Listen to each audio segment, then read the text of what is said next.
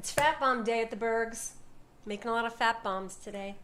This is Fat Bomb Week. Fat bomb. Get your fat bomb on.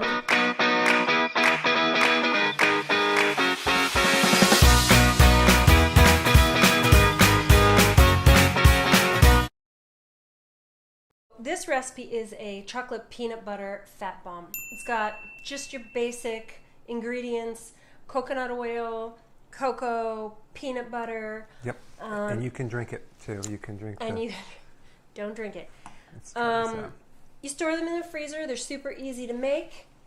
And what was I going to say? Oh, with the sweetener, I almost never make a fat bomb recipe that I find with the sweetener that they have in there.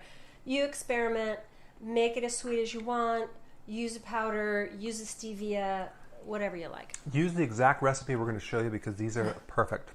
All right? Okay. So let's show you how to make them.